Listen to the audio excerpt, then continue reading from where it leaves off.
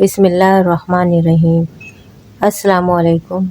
حضرت عیسیٰ علیہ السلام بنی اسرائیل میں مبعوث ہونے والے آخری نبی تھے۔ آپ علیہ السلام نے اپنی قوم کو خاتم الانبیاء حضرت محمد صلی اللہ علیہ وسلم کی آمد کی خوشخبری دی۔ قرآن کریم میں ارشاد ہے، اور جب عیسیٰ ابن مریم نے کہا، اے بنی اسرائیل، میں تمہارے پاس اللہ کا بھیجا ہوا آیا ہوں اور ایک پیغمبر کی جو میرے بعد آئیں گے جن کا نام احمد صلی اللہ علیہ وسلم ہوگا بشارت سناتا ہوں۔ حضرت عیسیٰ علیہ السلام پر اللہ تعالیٰ نے انجیل نازل فرمائی۔ ارشاد باری تعالیٰ ہے، اور ہم نے ان پیغمبروں کے بعد عیسیٰ علیہ السلام ابن مریم کو اپنے سے پہلی کتاب یعنی تورات کی تصدیق کرنے والا بنا کر بھیجا، اور ہم نے انجیل عطا کی جس میں ہدایت اور نور تھا۔ ابن جریر نے تحریر کیا ہے کہ حضرت عیسیٰ علیہ السلام پر جب انجیل نازل ہوئی تو آپ کی عمر مبارک 30 سال تھی، اور نبوت کے 3 سال بعد یعنی 33 برس کی عمر میں اللہ تعالیٰ نے آپ علیہ السلام کو آسمان پر اٹھا لیا۔ قرآن کریم کی 13 سورتوں میں مختلف ناموں سے حضرت عیسیٰ علیہ السلام کا تذکرہ موجود ہے۔ 26 مقامات پر حضرت عیسیٰ علیہ السلام، 23 مقامات پر ابن مریم علیہ السلام، 11 جگہوں پر مسیح علیہ السلام اور 1 مقام پر عبداللہ کہا گیا ہے۔ قرآن کریم کی 19ویں سورہ مریم حضرت عیسیٰ علیہ السلام کی والدہ کے نام پر ہے۔ سورہ مریم کی آیات 16 سے 35 کے درمیان حضرت عیسیٰ علیہ السلام کی پیدائش کا ذکر فرمایا گیا ہے۔ حضرت مریم بیت المقدس سے متصل حجرے میں قیام پذیر تھیں۔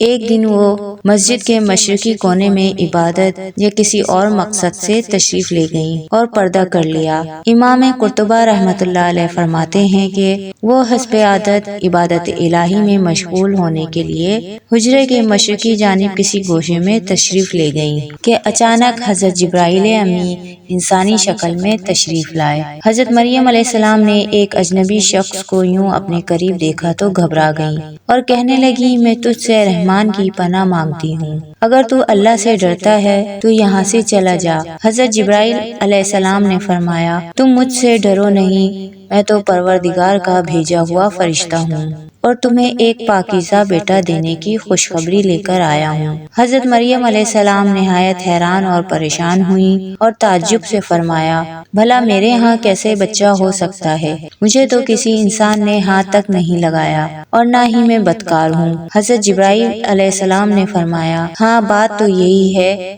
لیکن اللہ تعالیٰ فرماتے ہیں کہ یہ میرے لیے بہت آسان ہے اور ہم اسے اپنی قدرت تخلیق کے لیے نشانی بنانا چاہتے ہیں۔ اس سے قبل ہم نے تمہارے باپ حضرت آدم علیہ السلام کو مرد اور عورت کے بغیر اور تمہاری ماں حوا کو صرف مرد سے پیدا کیا، اور اب عیسیٰ علیہ السلام کو پیدا کر کے اپنی قدرت کا اظہار کرنا چاہتے ہیں، اور وہ ہے صرف بغیر مرد کے پیدا کرنا۔ اللہ قادر مطلق ہے، وہ جب جہاں اور جس طرح چاہے پیدا کر سکتا ہے۔ بیٹے کی بشارت کے بعد حضرت جبرائیل علیہ السلام نے آپ علیہ السلام پر پھونک ماری اور وہاں سے چل دیے۔ کچھ دنوں کے بعد حضرت مریم علیہ السلام کو بچے کی پیدائش کے آثار محسوس ہونے لگے۔ جیسے جیسے پیدائش کے دن قریب آتے جا رہے تھے، آپ علیہ السلام کی پریشانی میں بھی اضافہ ہوتا چلا جا رہا تھا۔ جب پیدائش کا وقت قریب آیا تو آپ علیہ السلام لوگوں کے خوف سے بیت المقدس سے تقریباً 9 میل دور جنگل کی جانب ایک پہاڑی کوہ سرات کی جانب چلی گئیں، اور یہی وہ جگہ ہے جو بعد میں بیت الحم کہلائی۔ جب درز ذا شروع ہوا تو آپ علیہ السلام ایک کھجور کے درخت سے ٹیک لگا کر بیٹھ گئیں۔ زچگی کی تکلیف کی شدت اور دنیا والوں کے خوف نے آپ دیدہ کر دیا۔ کہنے لگیں، کاش میں اس سے پہلے ہی مر گئی ہوتی اور لوگوں کی یاد سے بھی بھولی بسری ہو جاتی۔ علماء فرماتے ہیں کہ انہوں نے موت کی آرزو اس لیے کی کہ وہ عزیز و قریب، خاندان، برادری اور لوگوں کو کس طرح مطمئن کر سکتی تھیں، جبکہ کوئی ان کی صداقت کی تصدیق کرنے والا بھی نہیں۔ ان کی شہرت ایک نیک پارسا اور زاہدہ کے طور پر تھی، لہٰذا ان کے لیے یہ تصور ہی بڑا تکلیف دہ تھا کہ لوگ انہیں بدکار سمجھیں۔ ابھی حضرت مریم علیہ السلام انجانے اندیشوں اور وسوسوں میں گھری ہوئی تھی کہ حضرت جبرائیل علیہ السلام نے وادی کے نیچے سے آواز دی، اے مریم پریشان نہ ہو، تمہارے پروردگار نے تمہارے قدموں تلے ایک چشمہ جاری کر دیا ہے، اور ذرا اس کھجور کے درخت کو ہلاؤ، دیکھو یہ تمہارے سامنے تر و تازہ کھجوریں گرا دے گا، اب تم اطمینان کے ساتھ یہ تازہ کھجوریں کھاؤ، چشمے کا پانی پیو اور بچے کو دیکھ کر اپنی آنکھیں ٹھنڈی کرو۔ حضرت جبرائیل علیہ السلام کے اس پیغام سے حضرت مریم علیہ السلام کو اطمینان اور تسلی ہو گئی کہ اب میرا رب مجھے بدنامی اور رسوائی سے بچا لے گا۔ حضرت ابن عباس رضی اللہ تعالیٰ عنہ سے مروی ہے کہ ولادت کے 40 روز بعد جب طہارت ہو چکی تو حضرت مریم علیہ السلام اپنے گھر والوں کے پاس واپس آئیں۔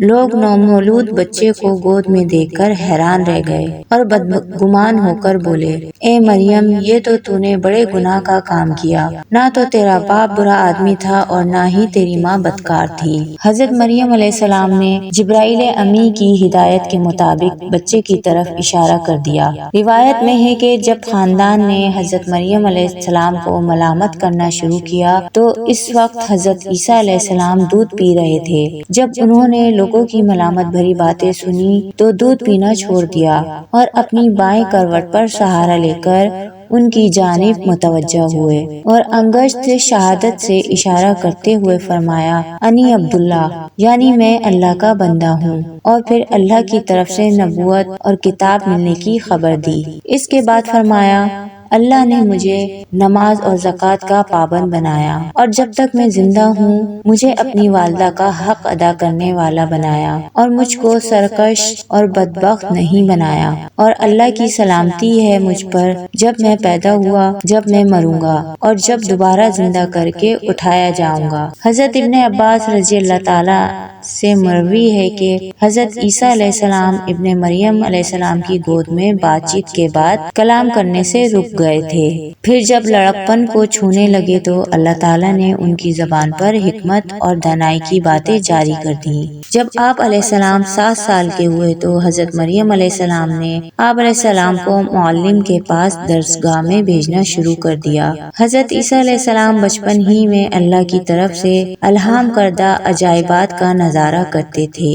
یہ بات یہودیوں میں پھیل گئی تو انہوں نے آپ علیہ السلام کے خلاف منصوبے بنانا شروع کر دیے۔ یہود نے آپ علیہ السلام اور آپ علیہ السلام کی والدہ کے متعلق طرح طرح کے اعتراضات شروع کر دیے۔ یہ وہ وقت تھا جب حضرت زکریہ علیہ السلام بنی اسرائیل کے پیغمبر تھے اور یہود اپنی پرانی روایات اور عادات کے باعث حضرت زکریہ علیہ السلام کی نافرمانی اور ان کی تکذیب کرتے تھے، یہاں تک کہ اپنی خواہشات کے مطابق تورات میں بھی بہت زیادہ رد و بدل کر لیا تھا۔ ان کے عقائد و اعمال دن بدن بد سے بدتر ہوتے چلے جا رہے تھے۔ جب بیت المقدس کے حالات خراب ہونے لگے تو حضرت مریم علیہ السلام آپ علیہ السلام کو لے کر اپنے عزیزوں کے پاس مصر چلی گئیں۔ 13 سال بعد اللہ تعالیٰ کے حکم سے مصر سے واپس ہوئیں۔ پھر اللہ تعالیٰ نے آپ علیہ السلام کو انجیل عطا فرمائی اور تورات کی تعلیم دی۔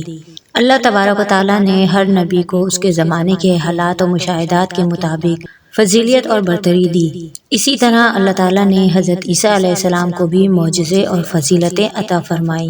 سب سے پہلا معجزہ تو حضرت عیسیٰ علیہ السلام کا بغیر والد کا پیدا ہونا تھا۔ آغوش مادر میں کلام کر کے اپنی والدہ کی پاکیزگی اور صداقت کی گواہی دی۔ مٹی کا پرندہ بناتے اور اس پر پھونک مارتے تو وہ اللہ کے حکم سے پرندہ بن جاتا۔ پیدائشی نابینا کی آنکھوں پر ہاتھ رکھتے تو اس کی بینائی ایسے آ جاتی جیسے کبھی نابینا نہ ہو۔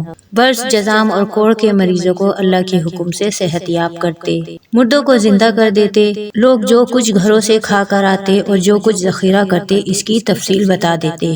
حضرت عیسیٰ علیہ السلام کا نہ کوئی گھر تھا اور نہ ہی بیوی بچے۔ آپ علیہ السلام شہر شہر، قریہ قریہ دین حق کی تبلیغ فرماتے اور لوگوں تک اللہ کا پیغام پہنچاتے۔ حسب ضرورت اپنے معجزات سے ان کی مدد بھی فرماتے، لیکن ان سب کے باوجود یہودیوں کی اکثریت آپ علیہ السلام کو اذیت دیے اور تکذیب کرنے سے باز نہ آتے۔ دراصل بنی اسرائیل آپ علیہ السلام کی نبوت کے منکر تھے، البتہ ان میں سے کچھ ایسے ضرور تھے جو آپ کے پیروکار اور ہمدرد اور غمخوار تھے۔ وہ آپ علیہ السلام کے ساتھ دین کے کام میں مشغول رہتے۔ قرآن کریم نے انہیں حواری کے نام سے یاد کیا ہے۔ حضرت عیسیٰ علیہ السلام کے مخلص ساتھیوں کو یہ لقب دیا گیا ہے، جیسے رسول اللہ صلی اللہ علیہ وسلم کے ساتھیوں کو صحابی کے لقب سے نوازا گیا۔ حضرت عیسیٰ علیہ السلام یہود و نصارہ کے بھٹکے ہوئے لوگوں کو توحید حق کی تعلیم دیتے رہے اور انہیں وعظ و نصیحت فرماتے رہے، لیکن یہودیوں نے نہ صرف ان کی تکذیب کی بلکہ مسلسل اذیت بھی دیتے رہے۔ حضرت عیسیٰ علیہ السلام کی نبوت کو 3 سال کا ہی عرصہ گزرا تھا کہ بنی اسرائیل نے آپ علیہ السلام کو اپنے لیے بڑی رکاوٹ سمجھتے ہوئے قتل کا منصوبہ بنا لیا۔ جب یہود نے حضرت عیسیٰ علیہ السلام کے قتل کا ارادہ کیا تو آپ علیہ السلام کے حواری ایک جگہ جمع ہو گئے۔ حضرت مسیح علیہ السلام بھی ان کے پاس تشریف لے آئے۔ ابلیس نے یہود کے اس دستے کو جو آپ علیہ السلام کے قتل کے لیے تیار کھڑا تھا، حضرت عیسیٰ علیہ السلام کا پتہ ٹھکانہ بتا دیا۔ اس طرح 4000 افراد نے مکان کا محاصرہ کر لیا۔ حضرت عیسیٰ علیہ السلام نے اپنے حوابین سے فرمایا، تم میں سے کوئی شخص اس کے لیے آمادہ ہے کہ وہ باہر نکلے اور اسے قتل کر دیا جائے اور پھر وہ جنت میں میرے ساتھ ہو۔ ایک شخص نے اس قربانی کے لیے اپنے آپ کو پیش کر دیا۔